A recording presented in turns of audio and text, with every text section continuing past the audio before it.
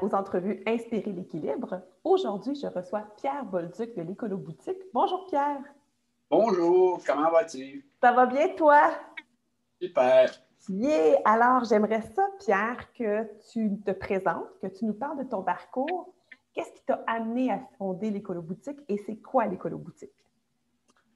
L'Écolo-Boutique, maintenant, c'est 2 boutiques. On a ouvert une deuxième récemment.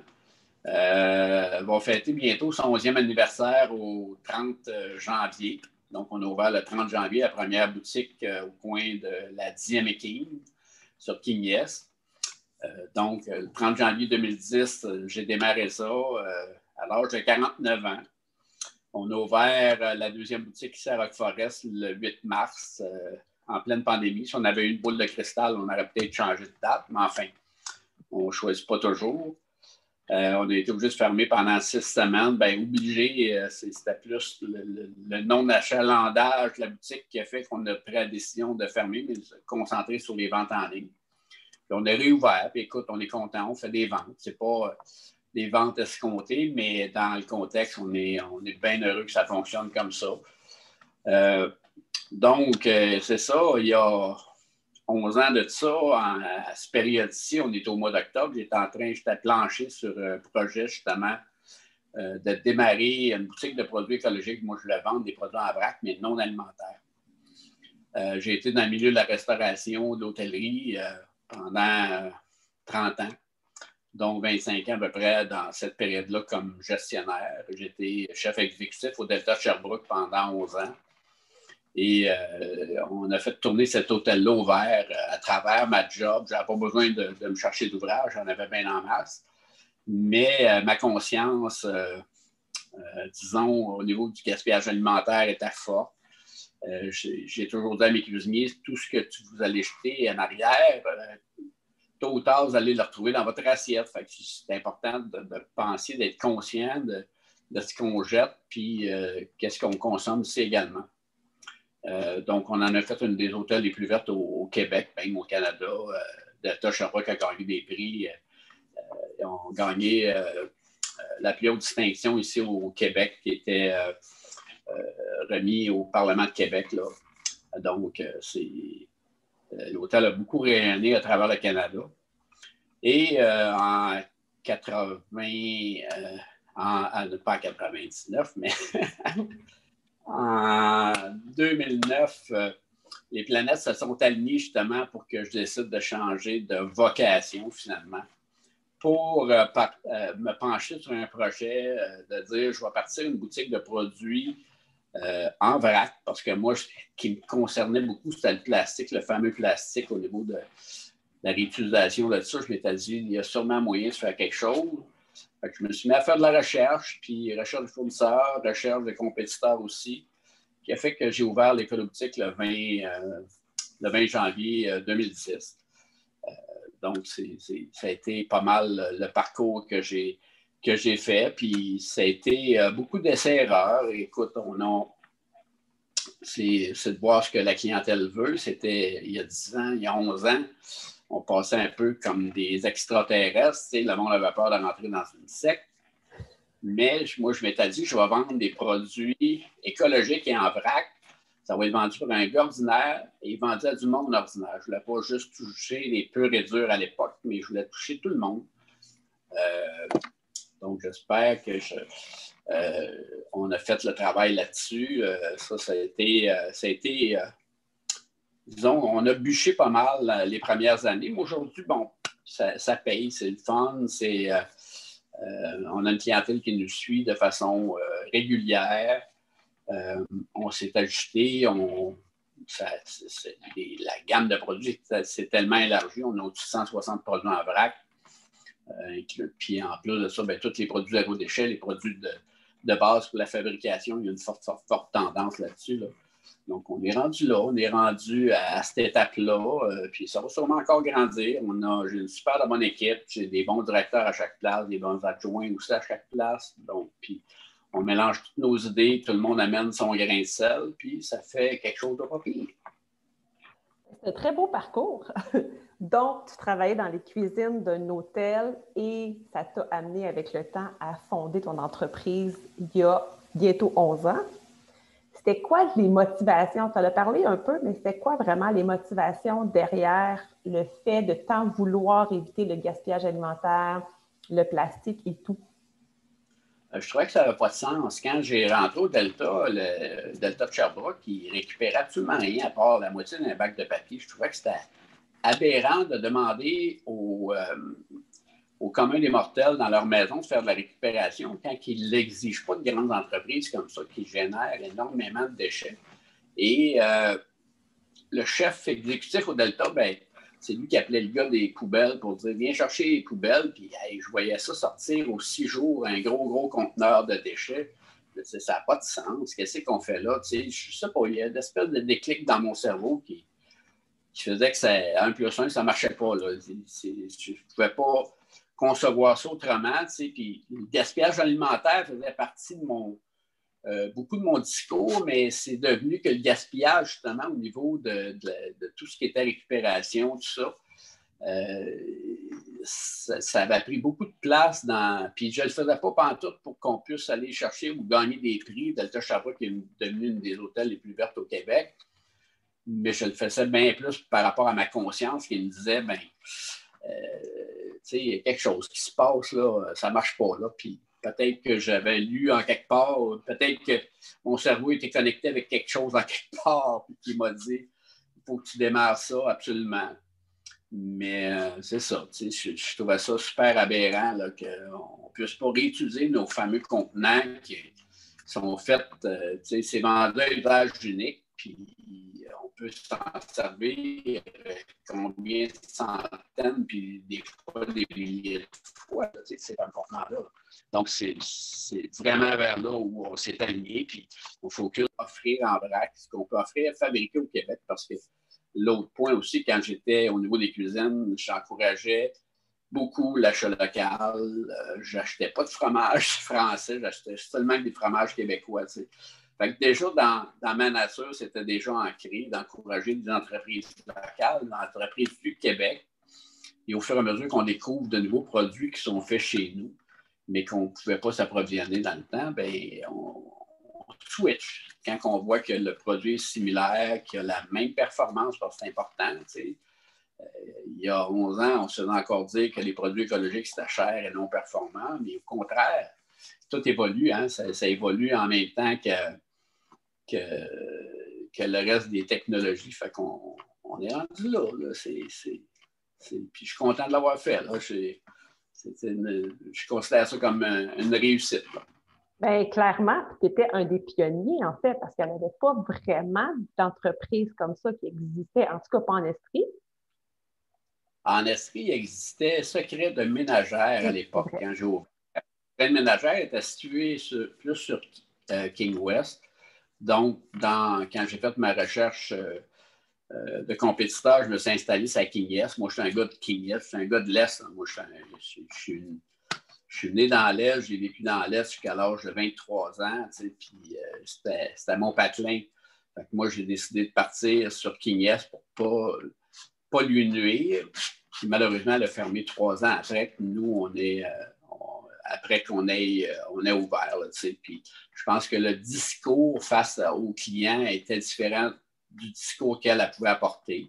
C'est important de respecter les clients où ils sont rendus et pas d'exiger que ça soit. Il faut que tu utilises ça absolument. Fait qu'on marchait à coups d'échantillons, on donnait des échantillons aux gens. Puis c'est comme ça qu'on a réussi à pas à convaincre le monde, mais plutôt à les faire changer. À les inspirer, en tout cas, à faire des petits changements petit à petit, ce qui amène souvent des grands changements avec le temps. Exact. Qu'est-ce que tu trouves qui a le plus changé en 11 ans au niveau, justement, de l'éco-responsabilité, du vrac ou de la consommation? Il y a une conscience qui s'est élargie. Ça, c'est officiel. On a senti depuis 2-3 ans là, que la conscience au niveau des produits écologiques, des produits du zéro déchet a vraiment grandi.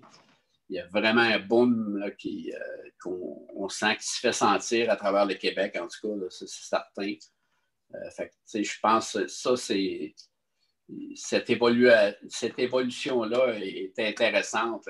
Puis on sent que le consommateur aujourd'hui est averti. Il s'informe, il regarde, il lit. Puis c'est pas tout de vendre un produit écolo qui est en vrac, mais il faut que le produit soit performant, il faut que ce soit aussi abordable. Il faut quand même que ces produits-là demeurent abordables en tout temps. Là, ça, c'est important, puis on le remarque là, plus peut-être dans cette période-ci. Là, fait qu'on cherche, on essaie de s'améliorer et d'avoir des meilleurs prix de jour en jour. Là. J'imagine que cette prise de conscience-là a eu un impact sur la clientèle que tu as. La clientèle, elle a dû se diversifier avec le temps.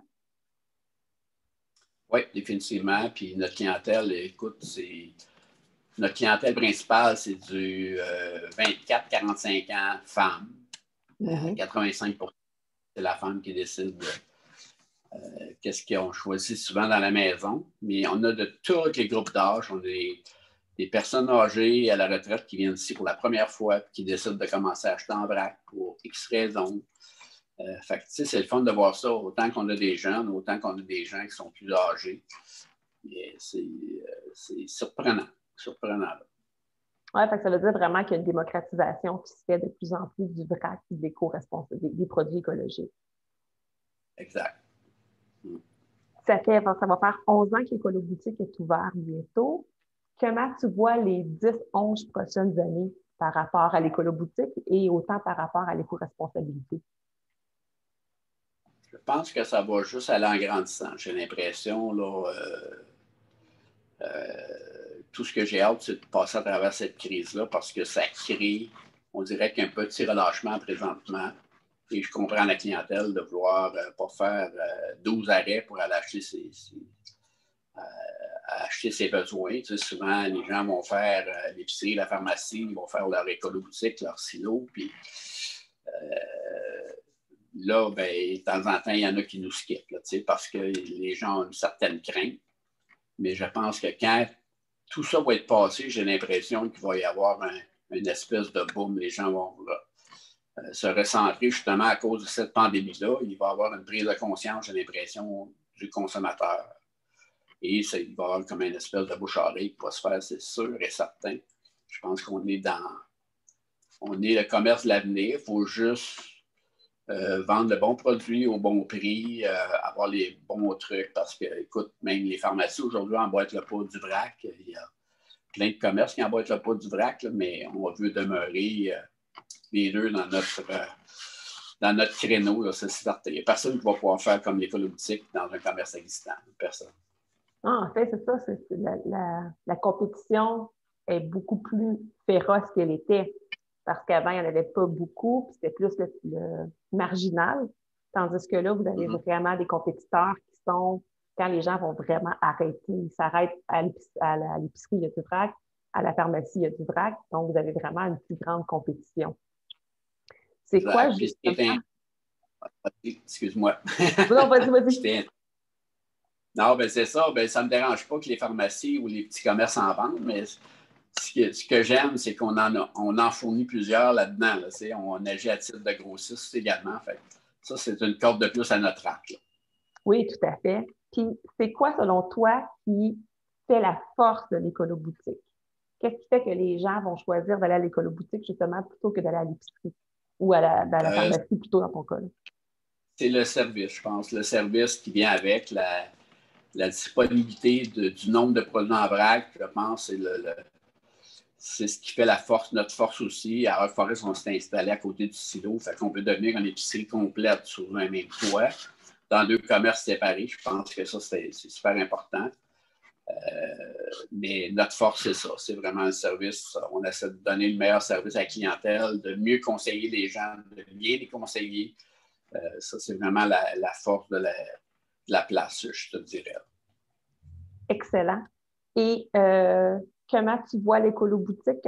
C'est quoi qui s'en vient pour l'écolo-boutique? Bon, c'est sûr que là, avec la pandémie, j'imagine que les projets sont un peu arrêtés, mais est-ce qu'il va y avoir une expansion encore plus que 2 succursales à Sherbrooke ou pour l'instant, pour vous, c'est comme ça?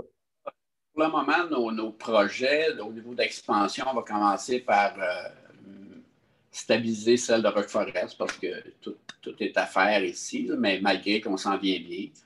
Ce qu'on fait présentement, notre boutique en ligne fonctionne bien aussi. Fait que ça, on travaille fort là-dessus. On travaille fort aussi sur les ressources humaines. On est accompagné par Emploi compétent justement pour mettre de la structure dans notre entreprise. Ça, c'est important. Nos employés on les traite, on essaie de les traiter aux petits soins, d'en prendre soin aussi. Et qu'il y ait des bonnes conditions salariales, mais des bonnes conditions de travail. C'est important que le monde ait du plaisir à travailler avec vous autres, parce que moi, j'aime ça avoir du plaisir en travaillant. Et au niveau d'expansion, ben, tu vois, on s'est trouvé des points de chute où on peut, exemple, à Waterville, le Mandragore, c'est un point de chute pour nous. On les a installés justement, un système de vrac là-bas, ils vendent du vrac. On a aussi un point de chute à Danville. Et là, tu vois, on a développé depuis 1 an et demi, ça vient de partir, mais on travaille avec Maillon Vert, qui est un organisme qui aide les pharmacies à prendre un virage de développement durable. Et on a développé avec eux un bon de commande, un planogramme de produits zéro déchet. Donc, les autres veulent vendre des produits zéro déchet dans les pharmacies, mais les pharmaciens ne veulent pas, les propriétaires ne veulent pas avoir 15 fournisseurs. Donc, j'avais été contacté 1 an et demi par le fondateur de Maillon Vert pour devenir distributeur. Donc, on a négocié des prix de distribution avec différentes compagnies. Et les pharmacies passent directement chez nous puis ils peuvent commander différents produits de différents fournisseurs et c'est livré directement chez eux. Fait que ça vient d'être lancé la semaine passée. Ça a été beaucoup de travail, beaucoup de négociations. Ça a été quelque chose.